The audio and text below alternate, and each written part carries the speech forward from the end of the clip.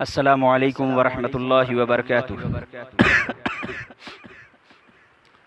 ان الحمد للہ نحمده ونستعینه ونستغفره ونعوذ باللہ من شرور انفسنا ومن سیئات اعمالنا، من يهده الله فلا مضل له ومن يضلل فلا هادي له، واشهد ان لا اله الا الله وحده لا شريك له، واشهد ان محمدا عبده ورسوله، اما بعد فإن خير الحديث كتاب الله وخير الهدي هدي محمد صلى الله عليه وسلم، وشر الأمور محدثاتها وكل محدثة بدعة وكل بدعة ضلالة وكل ضلالة في النار۔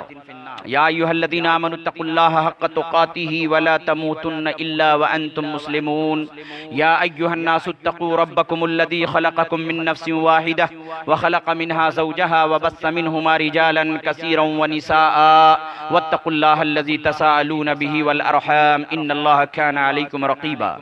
يا أيها الذين آمنوا اتقوا الله وقولوا قولا سديدا يصلح لكم أعمالكم ويغفر لكم ذنوبكم، ومن يطع الله ورسوله فقد فاز فوزا عظيما۔ قال الله جل وعلا في كتابه العزيز وفي فرقانه المجيد: وسارعوا إلى مغفرة من ربكم وجنة عرضها السماوات والأرض أعدت للمتقين۔ تمام قسم کی تعریفات، بڑائی، بزرگی، کبریائی، تن تنہا، اکیلے، بلا شرکت غیرے، اس اللہ رب العالمین کے لیے لائق ذبح ہے جو ہم تمام انسانوں کا، جنوں کا اور اس کائنات میں رہنے والی تمام مخلوقات کا خالق ہے، مالک ہے، پالنہار ہے، کہ جس نے بغیر کسی سابقہ نمونے کے اس کائنات کو اور اس میں رہنے والی تمام مخلوقات کو وجود بخشا، اور لاکھوں کروڑوں درود و سلام نازل ہوں ہمارے آخری نبی حضرت محمد صلی اللہ علیہ وسلم پر۔ معزز سامعین، خطبہ مسنونہ کے بعد قرآن کریم کی ایک آیت کریمہ آپ کے سامنے پڑھی گئی: وَسَارِعُوا إِلَى مَغْفِرَةٍ مِّن رَّبِّكُمْ وَجَنَّةٍ عَرْضُهَا السَّمَاوَاتُ وَالْأَرْضُ أُعِدَّتْ لِلْمُتَّقِينَ۔ ہمیں یہ سوچنا چاہیے کہ اللہ رب العزت کا لاکھ لاکھ فضل و کرم ہے، احسان ہے کہ اللہ تبارک و تعالیٰ نے ہمارے اوپر بے شمار نعمتوں کی بارش کی ہے۔ اللہ رب العزت نے ہمیں مختلف قسم کی نعمتوں سے نوازا ہے، اور یہ کہ سب سے زیادہ اللہ رب العزت کا ہمارے اوپر سب سے زیادہ اللہ رب العزت کا ہی احسان ہے۔ لہٰذا ہمیں یہ چاہیے کہ ہم سب سے زیادہ اللہ رب العزت کا ادب کریں، اس کا احترام کریں۔ آج کے اس مختصر درس میں میں آپ کے سامنے جس موضوع پہ گفتگو کروں گا وہ آپ کہہ سکتے ہیں کہ وہ شوق عبادت، جو کہ ایک گوہر حیات ہے، گوہر زندگی ہے، یعنی انسان کی زندگی کا وہ اصل ہے، وہ گوہر ہے، اور وہ کیا ہے؟ وہ شوق عبادت۔ شوق عبادت کیا ہے؟ کہ انسان اللہ رب العزت کی جو عبادت کرتا ہے، وہ جس طریقے سے بھی اللہ کی عبادت کرے، اس کے اندر ایک شوق، ایک رغبت، ایک ولولہ، ایک جوش، ایک جذبہ اور ایک سبقت ہونی چاہیے۔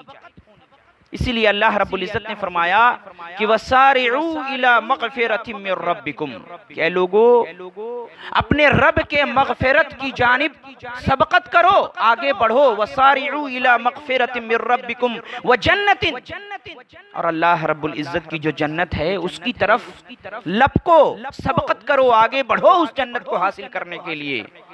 عرضها السماوات والارض، وہ جنت کیسی ہے کہ اس کی جو چوڑائی ہے وہ آسمان و زمین کے برابر ہے۔ عرضها السماوات والارض اعدت للمتقین، اور وہ جنت متقی لوگوں کے لیے تیار کی گئی ہے۔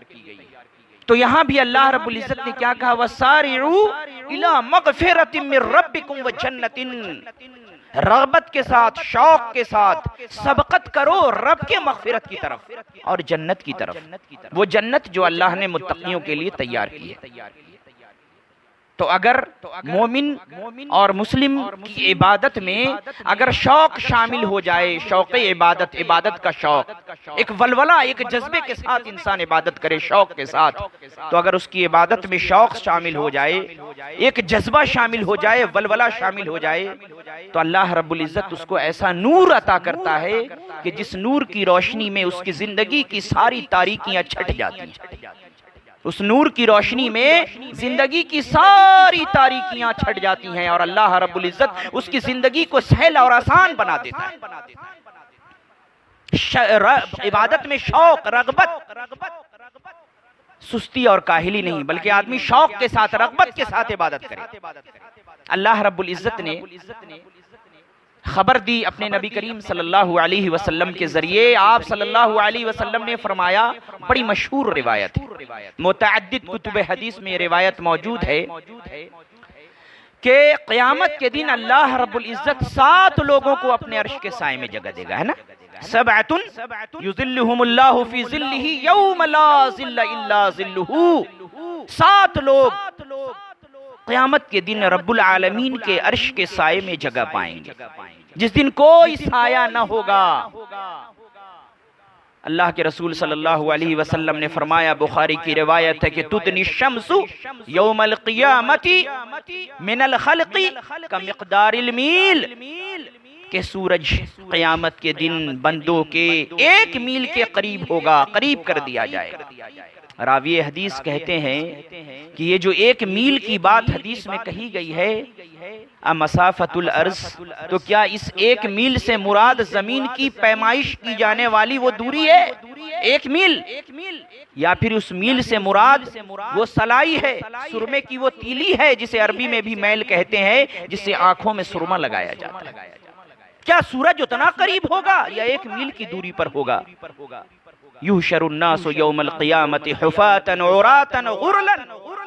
آپ صلی اللہ علیہ وسلم نے فرمایا، بخاری کی روایت ہے کہ قیامت کے دن لوگ اپنی قبروں سے اٹھائے جائیں گے، حفاۃ عراۃ غرلا، ننگے پیر ہوں گے، وعلیکم السلام، ننگے بدن ہوں گے، غیر مختون، بغیر ختنہ کیے ہوئے قبر سے اٹھائے جائیں گے، اور قیامت کے دن سورج بندے سے 1 میل کے بعد ہوگا، قریب ہوگا۔ ایسے عالم میں اللہ رب العزت کے عرش کے سائے میں جس کو جگہ مل گئی کامیاب، اور جس کو اللہ کے عرش کے سائے میں جگہ نہیں ملی پریشان حال، سرگرداں ادھر سے ادھر گھومتا رہے گا۔ تو ان 7 لوگوں کی تشریح میں ابھی نہیں کروں گا۔ ان میں سے 2 خوش نصیب وہ ہوں گے جو شوق کے ساتھ، رغبت کے ساتھ، انتہائی چاہت کے ساتھ، ولولے کے ساتھ، جذبے کے ساتھ عبادت کرتے ہو۔ دیکھیں کیا ہے حدیث میں، اللہ کے رسول صلی اللہ علیہ وسلم نے فرمایا کہ ان 7 لوگوں میں ایک شخص کون ہوگا؟ وَشَابٌ نَشَأَ فِي عِبَادَةِ اللَّهِ۔ اس کو بند ہی کر دیجئے، بہت گرمی ہے، پنکھا کی ہوائیں آنے آ رہی ہیں۔ شابٌ نشأ فی عبادت اللہ، وہ نوجوان کہ جس کی زندگی اللہ رب العزت کی عبادت میں گزری ہو۔ شاب نشأ فی عبادت اللہ، نشأ ینشأ کے مطلب ہوتے ہیں پرورش پانا، زندگی گزارنا۔ ایک ایسا نوجوان جو انتہائی شوق کے ساتھ، رغبت کے ساتھ، جذبے کے ساتھ، ولولے کے ساتھ عبادت کرتا ہے، اس کی زندگی رب کی عبادت میں ہی گزری ہے، رب کی عبادت میں پل بڑھ کر کے وہ جوان ہوا ہے۔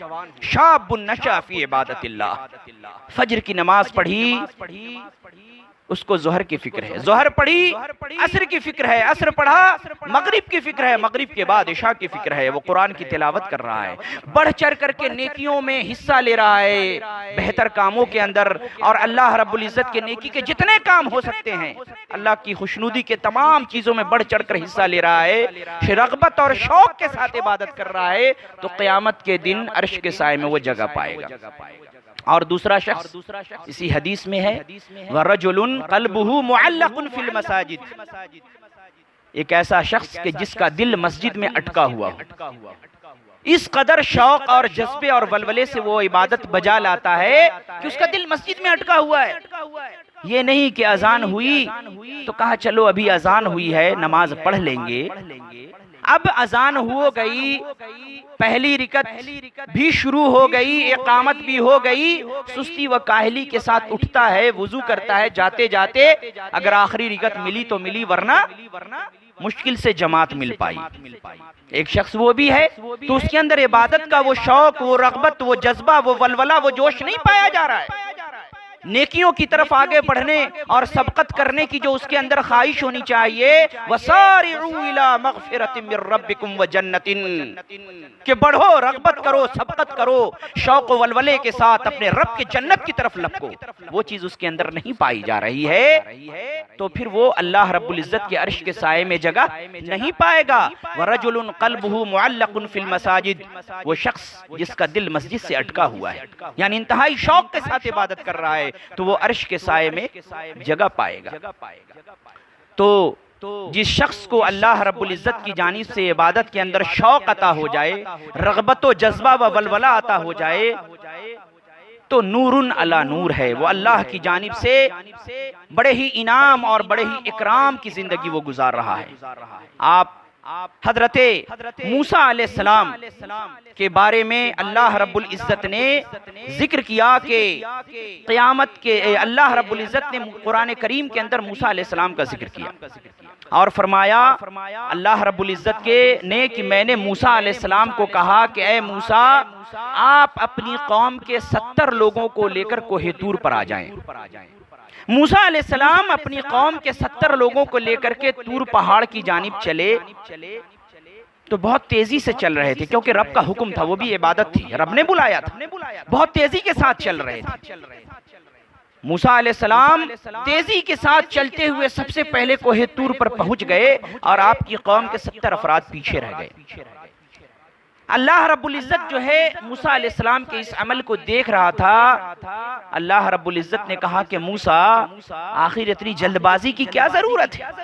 موسیٰ علیہ السلام نے کہا کہ اے اللہ، میری قوم کے لوگ پیچھے ہیں، آ رہے ہیں، وَعَجِلْتُ إِلَيْكَ رَبِّي لِتَرْضَىٰ، اور اے میرے رب، میں نے تجھ تک پہنچنے کی جلدی اس لیے کی ہے، یہ شوق، یہ جذبہ، یہ رغبت اس لیے میں نے دکھائی ہے عبادت میں، لِتَرْضَىٰ، تاکہ اے میرے رب تو مجھ سے راضی ہو جائے، اے میرے رب تو مجھ سے راضی ہو جا۔ تو پتہ چلا کہ جب عبادت کا حکم ہو، بندہ عبادت کرے تو اس کے اندر ایک شوق ہونا چاہیے، اور یہ شوق عبادت بہت ہی بڑی چیز ہے، بہت ہی بڑی چیز ہے۔ آپ حضرت زکریا علیہ السلام کو قرآن کریم کے اندر یاد کریں۔ دیکھیے، دنیا کے اندر انسان کے پاس بہت سارے مصائب اور مشکلات اور پریشانیاں آتی رہتی ہیں۔ ہر آدمی یہ چاہتا ہے کہ اس کے اعمال درست ہو جائیں، اس کے زندگی کے معاملات درست ہو جائیں، اس کے گھر میں رحمتیں نازل ہوں، اللہ کی برکت نازل ہو، اور اس کے تمام حالات درست ہو جائے۔ وہ اپنے حالات کو درست کرنے کے لیے تمام قسم کے حربے اور تمام قسم کے طریقے کو آزماتا ہے، یہاں تک کہ بسا اوقات اپنے معاملات کو درست کرنے کے لیے کلمہ پڑھنے والا شخص تعویذ اور گنڈے تک پہنچ جاتا ہے، شرکیہ اعمال کر بیٹھتا ہے، اللہ رب العزت کی نافرمانی کر بیٹھتا ہے۔ حالانکہ اگر وہ عبادت میں شوق پیدا کرے اور شوق و جذبے کے ساتھ رب کی عبادت میں لگ جائے، اپنے رب کو پکارے اور عبادت کے اندر وہ تذلل، وہ شوق، وہ رغبت، وہ جذبہ، وہ ولولہ پیدا کر لے، تو اللہ رب العزت نے کہا ہے کہ اگر یہ چیز تمہارے اندر پیدا ہو گئی، شوق عبادت، کہیں جانے کی ضرورت نہیں ہے، تمہارے سارے مسائل کو میں حل کر دوں گا۔ اللہ رب العزت نے زکریا علیہ السلام کا ذکر کیا، فرمایا وَزَكَرِيَّا إِذْ نَادَىٰ رَبَّهُ، یاد کرو زکریا کو کہ جب اس نے اپنے رب کو پکارا اور کہا ربی لا تذرنی فرداً، اے ہمارے رب تو مجھے اکیلا نہ چھوڑنا، میں بے اولاد کا ہوں، ربی لا تذرنی فرداً وَأَنْتَ خَيْرُ الْوَارِثِينَ، اور میرا عقیدہ ہے، اس بات پہ میرا پختہ یقین ہے کہ تو ہی اولاد عطا کر سکتا ہے۔ وَزَكَرِيَّا إِذْ نَادَى رَبَّهُ رَبِّ لَا تَذَرْنِي فَرْدًا وَأَنْتَ خَيْرُ الْوَارِثِينَ۔ یاد کرو زکریا کو کہ جب اس نے اپنے رب کو پکارا اور کہا اے میرے رب تو ہی مجھے بڑھاپے میں بیٹا عطا کر سکتا ہے، تیرے علاوہ اور کون ہے جس کو میں پکاروں؟ میرا یقین ہے کہ تو بڑھاپے میں بھی مجھے بیٹا دے دے گا۔ آپ غور کریں کہ حضرت زکریا علیہ السلام کی عمر اس وقت مفسرین نے لکھا ہے کہ 90 سال تھی۔ کتنی تھی؟ 90 سال عمر تھی۔ اللہ رب العزت نے یہ نہیں کہا کہ زکریا تمہاری عمر تو 90 سال ہو چکی ہے، شاخ مرجھا چکی ہے، اب اس میں پھل کہاں سے آئے گا؟ بلکہ اللہ رب العزت نے زکریا علیہ السلام کی پکار کو سنا، اسے قبول کیا اور فرمایا وَوَهَبْنَا لَهُ يَحْيَا، ہم نے زکریا کو وَوَهَبْنَا لَهُ يَحْيَا وَأَصْلَحْنَا لَهُ زَوْجَهُ، اور ہم نے زکریا علیہ السلام کی بیوی کو بیٹے کے قابل بنا دیا۔ اس بوڑھی عورت کو، اس بانجھ عورت کو ہم نے بیٹے کے وَأَصْلَحْنَا لَهُ زَوْجَهُ، ہم نے زکریا علیہ السلام کی بیوی کو درست کر دیا ان کے شوہر کے لیے، یعنی ان کو اولاد پیدا کرنے کی صلاحیت عطا کر دی۔ وَوَهَبْنَا لَهُ يَحْيَا، اور یحییٰ علیہ السلام جیسا ان کو بیٹا عطا فرمایا۔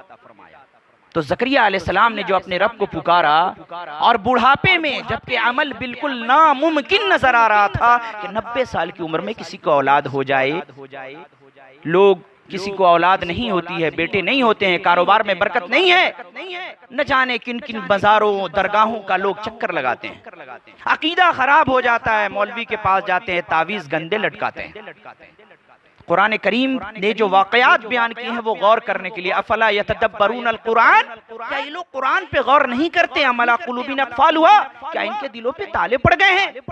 قرآن کے جو قصص ہیں، قرآن کے جو واقعات ہیں، ان پر آپ غور کریں کہ اللہ رب العزت نے زکریا علیہ السلام کی 90 سال کی عمر میں کی گئی دعا کو شرف قبولیت بخشا، اولاد عطا کیا، ایک ناممکن چیز کو اللہ نے ممکن بنا دیا۔ کیوں؟ اللہ اپنے بندوں کو یہ بتانا چاہتا ہے کہ تم عبادت کے اندر شوق پیدا کرو تو ہر تمہارے ممکن کا ناممکن کام کو میں ممکن بنا دوں گا۔ کیسے؟ آگے اللہ نے کیا کہا؟ انہم کانوا یسارعون فی الخیرات، انہم کانوا یسارعون فی الخیرات، ہم نے جو زکریا علیہ السلام کو اولاد عطا کیا، کیوں؟ انہم کانوا یسارعون فی الخیرات، کیونکہ وہ انتہائی شوق و رغبت کے ساتھ نیکی کے کام میں بڑھ چڑھ کے حصہ لیتے تھے۔ انہم کانوا یسارعون فی الخیرات، خیر کے کاموں میں، نیکی کے کاموں میں، بھلائی کے کاموں میں بڑھ چڑھ کر حصہ لیتے تھے، یسارعون لپکتے تھے۔ وَيَدْعُونَنَا خَوْفًا وَطَمَعًا، اور ان کی پکار کے اندر میں ایک جذبہ تھا، ایک شوق تھا، ان کی پکار میں، ان کی دعا کے اندر ایک جذبہ تھا اور شوق تھا۔ وَكَانُوا لَنَا خَاشِعِينَ، اور وہ ہمارے لیے خشوع خضوع کرنے والے تھے۔ اللہ رب العزت نے بیٹا عطا کرنے کے بعد، خوشخبری دینے کے بعد یہ آیت کریمہ فوراً نازل کی۔ کیوں؟ کہ دیکھو زکریا کو جو ہم نے بیٹا عطا کیا، بڑھاپے میں ہم نے ناممکن کو ممکن بنا دیا، صرف اس لیے کہ ہمارا زکریا بڑے شوق سے عبادت کیا کرتا تھا۔ انہم کانوا یسارعون فی الخیرات، وہ خیر کے کاموں میں لپک کر کے آگے بڑھ کر کے حصہ لینے والے تھے۔ وَيَدْعُونَنَا رَغْبًا وَرَهْبًا، اور ان کے پکار کے اندر جو وہ اپنے رب کو پکارتے تھے اس میں ایک جذبہ ہوتا تھا، اس کے اندر میں ایک شوق ہوا کرتا تھا۔ تو میرے بھائی یہی وہ جذبہ ہے اور یہی وہ شوق ہے کہ جس کی بنا پر اگر انسان کو یہ حاصل ہو جائے تو اللہ رب العزت اس کے ہر ناممکن کام کو ممکن بنا دیتا ہے۔ آپ دیکھیں کہ آپ صلی اللہ علیہ وسلم کا شوق عبادت، آپ صلی اللہ علیہ وسلم اللہ کے نبی تھے۔ جب آپ صلی اللہ علیہ وسلم توحید کی لوگوں کو جب آپ نے دعوت دی اور کار نبوت میں آپ کو مختلف قسم کی جب پریشانیوں کا سامنا کرنا پڑا تو اللہ رب العزت نے آپ کو حکم دیا فَإِذَا فَرَغْتَ فَانْصَبْ وَإِلَىٰ رَبِّكَ فَارْغَب۔ اے نبی صلی اللہ علیہ وسلم، جب آپ کو فرصت ملے تو آپ اپنے رب کی عبادت کے لیے کمر بستہ ہو جائیے۔ اے نبی، جب آپ کو فرصت ملے جیسے ہی آپ اپنے رب کی عبادت کے لیے کمر بستہ ہو جائیے۔ فَإِذَا فَرَغْتَ فَانْصَبْ وَإِلَىٰ رَبِّكَ فَارْغَب، اور اپنے رب کی طرف رغبت کیجئے، اپنے رب کی طرف شوق سے آئیے عبادت کرنے کے لیے۔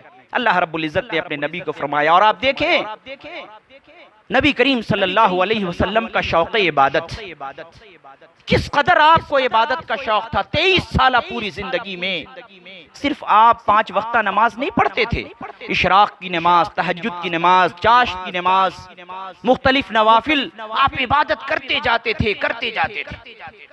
یہاں تک کہ پوری عمر آپ نے انتہائی شوق اور رغبت اور ولولے اور جذبے کے ساتھ عبادت کی. یہی انبیاء کا اسوہ ہے، یہی انبیاء کا نمونہ ہے. آپ غور کریں، نسائی کی ایک روایت ہے، حضرت حذیفہ رضی اللہ عنہ راوی، وہ کہتے ہیں کہ ایک رات میں اللہ کے رسول صلی اللہ علیہ وسلم کے پاس ٹھہرا تو میں نے دیکھا کہ آپ صلی اللہ علیہ وسلم نے تہجد کی نماز شروع کی. تہجد کی آپ صلی اللہ علیہ وسلم نے نماز شروع کی. کہتے ہیں کہ آپ صلی اللہ علیہ وسلم نے سورہ بقرہ سے نماز کی ابتدا کی، یعنی سورہ فاتحہ کے بعد سورہ بقرہ پڑھنی آپ نے شروع کی. حضرت حذیفہ کہتے ہیں کہ میں نے سوچا کہ وَيَرْكَعُ عِنْدَ الْمِئَةِ، میں نے سوچا کہ آپ صلی اللہ علیہ وسلم 100 آیتیں پڑھنے کے بعد انشاءاللہ رکوع کریں گے. آپ 100 آیت پڑھ چکے، پھر آگے بڑھ گئے. حضرت حذیفہ رضی اللہ عنہ کہتے ہیں کہ میں نے سوچا کہ شاید آپ 200 آیتیں پڑھنے کے بعد رکوع کریں گے، لیکن آپ صلی اللہ علیہ وسلم نے پوری سورہ بقرہ ختم کر دی. سورہ بقرہ کے بعد پھر آپ نے آل عمران پڑھی، اس کے بعد سورہ نساء پڑھی، آپ نے یہ تینوں سورتیں پڑھی، اس کے بعد آپ نے رکوع کیا. یہ روایت اس بات پر غور کرنے کا مقام ہے کہ دیکھیں آپ صلی اللہ علیہ وسلم نبی تھے، لیکن آپ کا شوق عبادت کس قدر بیدار تھا کہ آپ ایک ایک رکعت کے اندر میں سورہ بقرہ، سورہ آل عمران، سورہ نساء پوری کی پوری سورتیں آپ پڑھ جا رہے ہیں. آپ فجر کی نماز میں لمبی قرات کرتے تھے، بسا اوقات سورہ اعراف وغیرہ مغرب کی نماز میں پڑھتے تھے. آپ دیکھیں یہ عبادت کا ایک شوق تھا. اور اتنا ہی نہیں بلکہ بڑھاپے میں بھی جبکہ آپ دنیا سے کوچ کرنے والے تھے، اس وقت بھی آپ کے عبادت کا شوق انتہائی جوان تھا. آپ کا شوق جوان تھا، آپ بوڑھے ہو چکے تھے.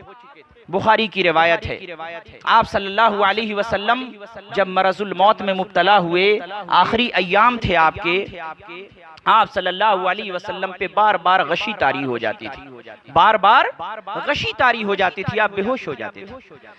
جب آپ ہوش میں آئے تو آپ نے یہ نہیں پوچھا لوگوں سے کہ حسن کہاں ہے، حسین کہاں ہے، میرے نواسے کہاں ہیں، میری بیٹی فاطمہ کہاں ہے، علی کہاں ہے، میرے عزیز و اقربا کہاں ہیں. آج ہمارا اور آپ کا عالم یہ ہے کہ کوئی شخص اگر بیمار پڑ جائے، مرض الموت میں مبتلا ہو، غشی طاری ہو جائے، تو جیسے ہی اسے ہوش آتا ہے وہ کیا کرتا ہے، پورے خاندان اور کنبے والے کو اکٹھا کرتا ہے.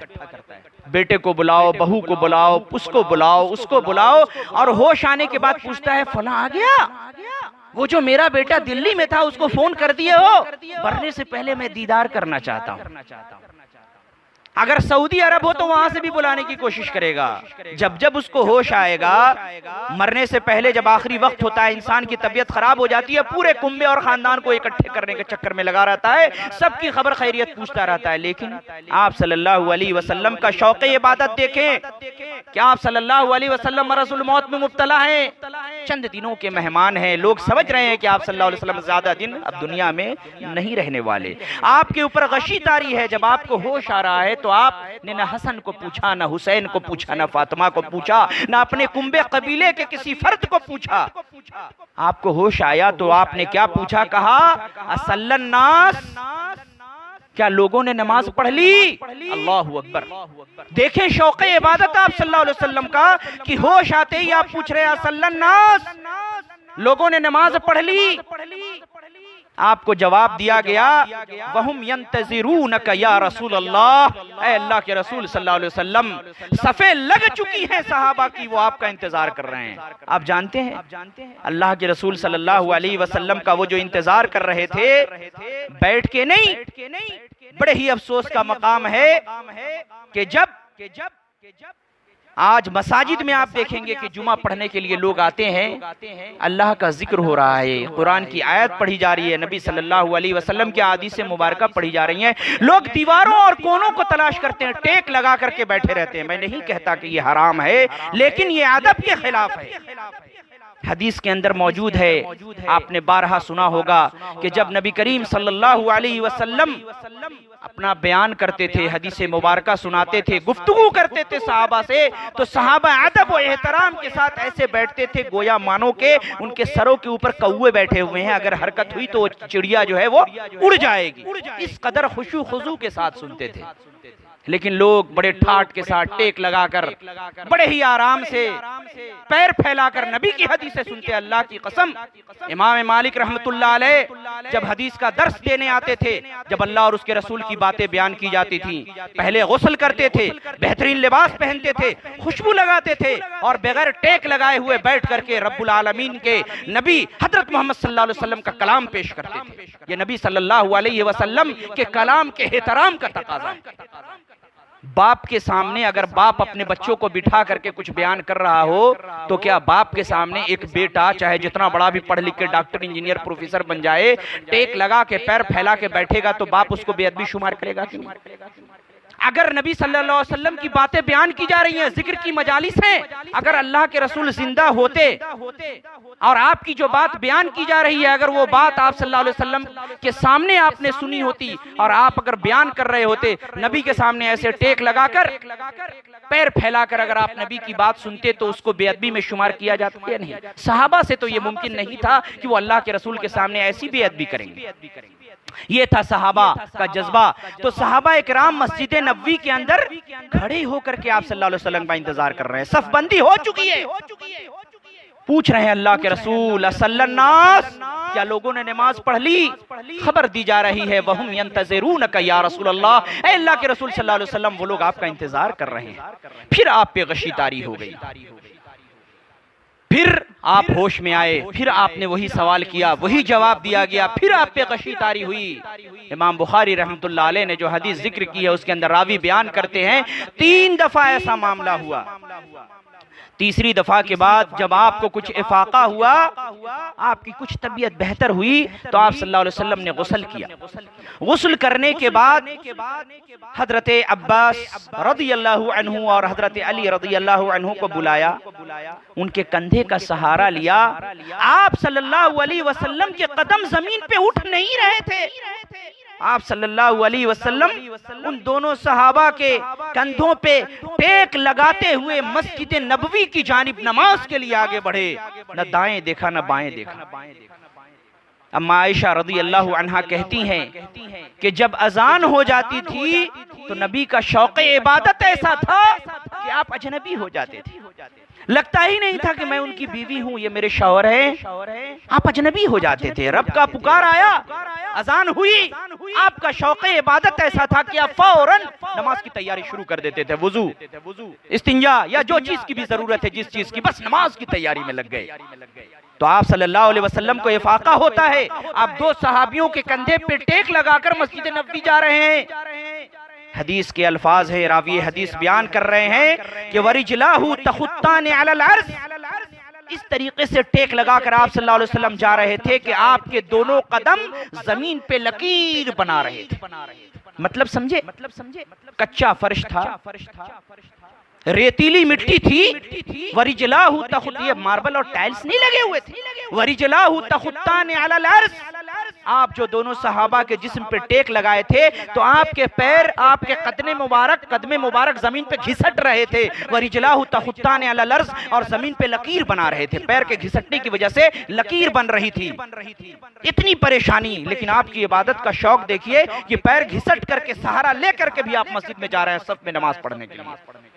میرے بھائی، یہی وہ شوق عبادت ہے اور نبی کا یہی وہ نمونہ ہے، لَقَدْ كَانَ لَكُمْ فِي رَسُولِ اللَّهِ أُسْوَةٌ حَسَنَةٌ، کہ اگر نبی کے اس اسوہ کو ہم نے اپنا لیا، زکریا علیہ السلام کے اس اسوے کو اپنا لیا، موسیٰ علیہ السلام کے اس اسوے کو اپنا لیا، تو پھر ہماری زندگی کامیاب ہوگی۔ اور اس شوق عبادت کی بنا پر، جو عبادت میں ہم شوق، ولولہ اور رغبت سے عبادت کریں گے، انشاءاللہ اللہ ہمارے تمام ہموم اور غموم کو دور کر دے گا، ہر ناممکن کو ممکن بنا دے گا انشاءاللہ۔ ایک روایت ہے کہ حضرت ابو بکر صدیق رضی اللہ عنہ کا شوق عبادت، مسلم کی ایک روایت ہے، آپ صلی اللہ علیہ وسلم نے ایک دفعہ اپنے صحابہ سے پوچھا کہ آج کس نے روزہ رکھا ہے، نفلی روزہ؟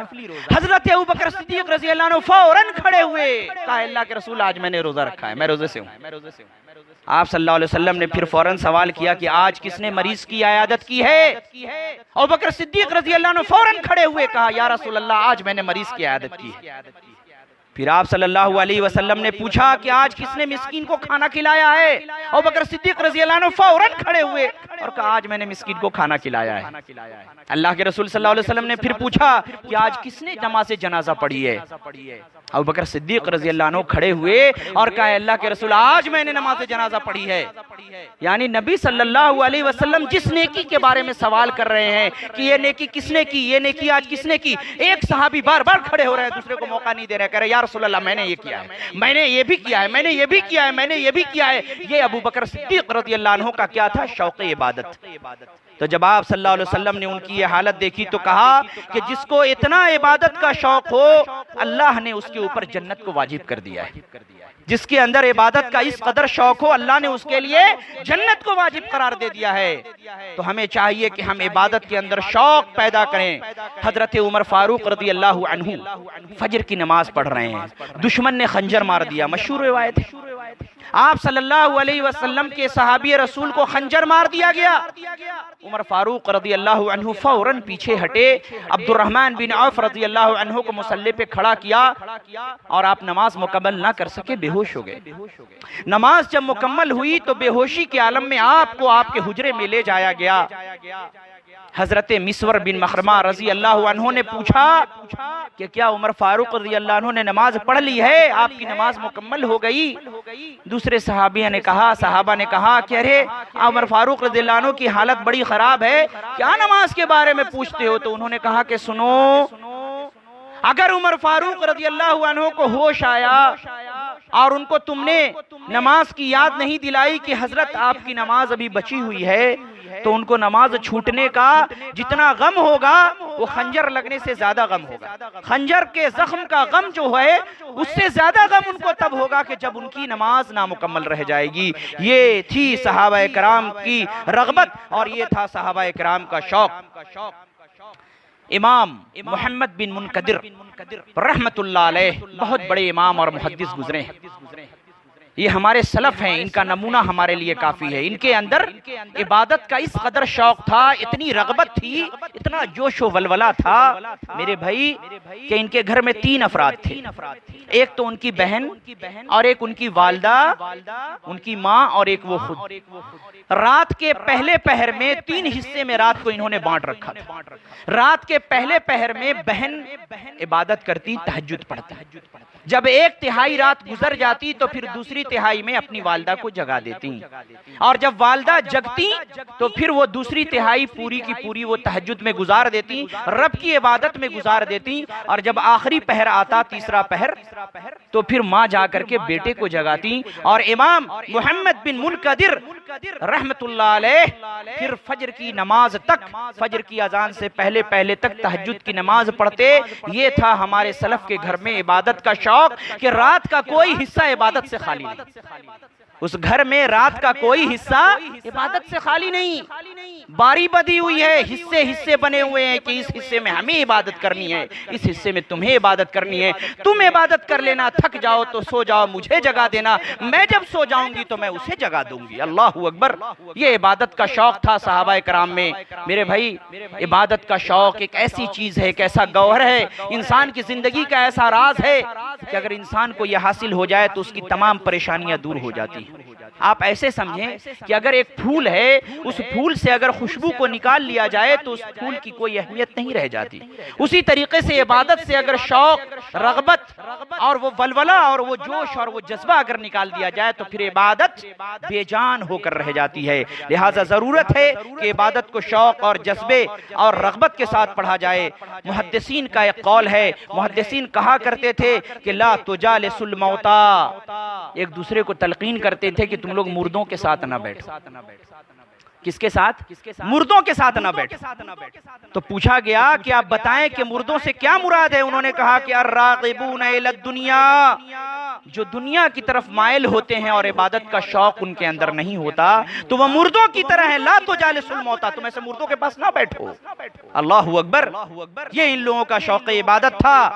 اور میرے بھائی ایک اور واقعہ میں بیان کروں گا، یہ حافظ ابن حجر رحمت اللہ علیہ نے تہذیب التہذیب جو کہ اسماء الرجال کی کتاب ہے اس کے اندر انہوں نے ذکر کیا ہے، اس کے جلد نمبر 1 صفحہ نمبر 226 پہ، کہ بشر بن حسن البصری ایک بہت بڑے محدث ہیں۔ بشر بن حسن البصری، محدثین نے ان کو اسماء الرجال کی کتابوں میں جو ان کا ذکر کیا ہے تو ان کے نام کے ساتھ ایک ٹائٹل لگایا ہے الصفی۔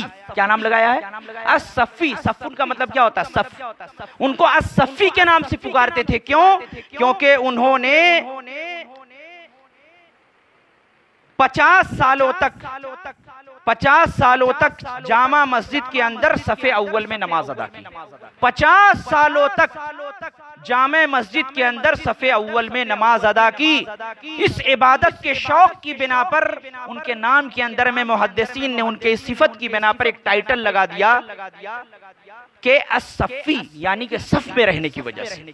اور ہم صفوں سے کتنے پیچھے رہتے ہیں، اقامت ہو گئی ہم اپنے کام میں مشغول ہیں۔ تو عبادت، علامہ البانی رحمت اللہ علیہ نے سلسلۃ الاحادیث الصحیحہ کے اندر ایک بات بیان کی ہے کہ اللہ کے رسول صلی اللہ علیہ وسلم نے فرمایا کہ ایک شخص سے اللہ رب العزت پوچھے گا کہ تو نے دنیا میں کیا کیا؟ وہ کہے گا یا ربی، اے میرے رب، صلیتو 60 سنہ، میں نے 60 سال نماز پڑھی ہے، لیکن چونکہ اس کی عبادت کے اندر تساہل ہوگا، وہ رغبت، وہ شوق نہیں ہوگا، تو اللہ رب العزت کہے گا تو نے ایک وقت کی بھی نماز نہیں پڑھی، اس کی نماز اللہ ناقابل قبول کر کے اس کے منہ پہ مار دے گا۔ صحیح روایت ہے۔ تو میرے بھائی ہمیں چاہیے کہ ہم عبادت میں شوق و رغبت کے ساتھ عبادت کریں، جوش و ولولے کے ساتھ، تاکہ اللہ رب العزت ہمارے تمام مسائل کو دور کر دے، جیسا کہ حضرت زکریا علیہ السلام کے ساتھ ہوا، جیسے صحابہ کے ساتھ ہوا، جیسا نبی کریم صلی اللہ علیہ وسلم کے ساتھ ہوا۔ اور ایک آخری بہت ہی اچھی روایت جب میں مطالعہ کر رہا تھا تو ایک روایت گزری، ترمذی کی روایت ہے، اللہ کے رسول صلی اللہ علیہ وسلم نے فرمایا، حدیث قدسی ہے، غور سے سنیں۔ اس حدیث میں اللہ کے رسول صلی اللہ علیہ وسلم فرما رہے ہیں، یا ابن آدم تفرغ لعبادتی املأ صدرک غنا واسد فقرک والا تفعل ملأت یدیک شغلا ولم اسد فقرک، رواہ الترمذی۔ امام ترمذی نے اس روایت کو بیان کیا اور یہ حدیث قدسی ہے۔ اللہ رب العزت اپنے بندوں کو کہتا ہے کہ اے ابن آدم، تو شوق کے ساتھ میری عبادت کر، میں تیرے دل کو غنی کر دوں گا۔ بالکل صحیح روایت ہے، علامہ البانی نے اس کی تحسین کی ہے، اور احمد شاکر رحمہ اللہ نے بھی اس حدیث کو صحیح قرار دیا۔ صحیح روایت ہے ترمذی کی۔ اللہ کے رسول کیا فرما رہے ہیں کہ اے ابن آدم، تو شوق کے ساتھ میری عبادت کر، میں تیرے دل کو غنی کر دوں گا۔ شوق کے ساتھ عبادت کر، جذبے کے ساتھ، ولولے کے ساتھ۔ تیرے ہاتھوں کو رزق سے بھر دوں گا، تیرے ہاتھوں کو رزق سے بھر دوں گا۔ املا صدرک غنا واسد فقرک، تیرے فقر، تیری ناداری کو دور کر دوں گا، تیرے ہاتھوں کو میں رزق سے بھر دوں گا۔ کیا کرنا ہے؟ صرف شوق سے عبادت کرنی ہے۔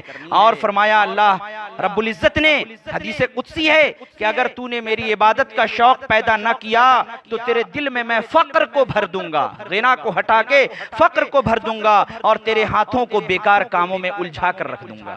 اللہ اکبر، کتنی بڑی بشارت آپ صلی اللہ علیہ وسلم نے سنائی کہ اگر تم شوق کے ساتھ عبادت کرو گے تو تمہارے دل کو میں غنی بنا دوں گا اور تمہارے ہاتھوں کو رزق سے بھر دوں گا۔ آج ہم مسلمان رزق کا رونا روتے ہیں۔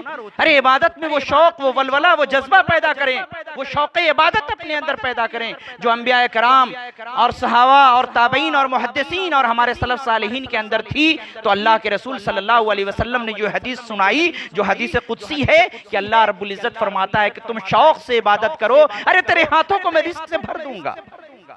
تو اگر ہمیں رزق چاہیے، غنا چاہیے، فقر اور ناداری سے دوری چاہیے، تو ہمیں چاہیے کہ ہم شوق سے عبادت کریں۔ اللہ تبارک و تعالیٰ سے دعا ہے کہ وہ ہم لوگوں کو عبادت کو شوق کے ساتھ ادا کرنے اور صحیح معنوں کے اندر عبادت کو اس کا جیسا جذبہ ہونا چاہیے کما حقہ اسی طریقے سے عبادت کرنے کی اللہ رب العزت ہمیں توفیق عطا فرمائے، زیادہ سے زیادہ نیکیوں کی طرف سبقت کرنے کی، اور وہ جو اللہ نے فرمایا وَسَارِعُوا إِلَىٰ مَغْفِرَةٍ مِّن رَبِّكُمْ، رب کے مغفرت کی طرف سبقت کرنے، اس کے جنت کی طرف سبقت کرنے اور اس کی جنت کی نعمتوں کی طرف سبقت کرنے کی اللہ رب العزت ہمیں توفیق فرمائے۔ اے اللہ تبارک و تعالی ہم میں سے جو مریض ہیں، جو پریشان حال ہیں، اللہ ان کی پریشانی کو تو دور کر دے۔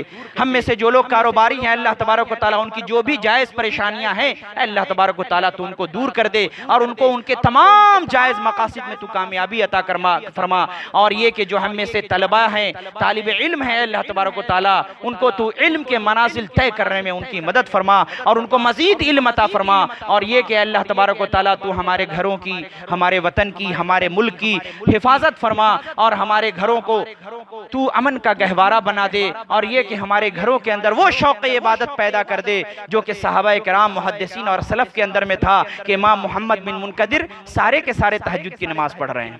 ایک آدمی پہلے پہر میں پڑھ رہا ہے، وہ سو کر کے دوسرے کو جگا رہا ہے، دوسرا سو کے تیسرے کو جگا رہا ہے۔ اے اللہ تو ہمارے گھروں کے اندر بھی وہی جذبہ پیدا کر دے کہ ہم عبادت کا وہ شوق اپنے اندر پیدا کریں کہ ہمارے بھی ہاتھ رزق سے بھر جائیں، ناداری کا رونا رونا ہم بند کر دیں اور ہمارا دل غنی ہو جائے اور فقر ہمارے معاشرے سے دور ہو جائے۔ فقر معاشرے سے کب دور ہوگا، ناداری کب دور ہوگی؟ جب ہم عبادت میں شوق پیدا کریں گے، جیسا کہ حدیث قدسی کے اندر اللہ کے رسول صلی اللہ علیہ وسلم نے فرمایا اقول قولی ھذا واستغفر اللہ لی ولکم ولسائر المسلمین آمین وآخر دعوانا ان الحمد للہ رب العالمین۔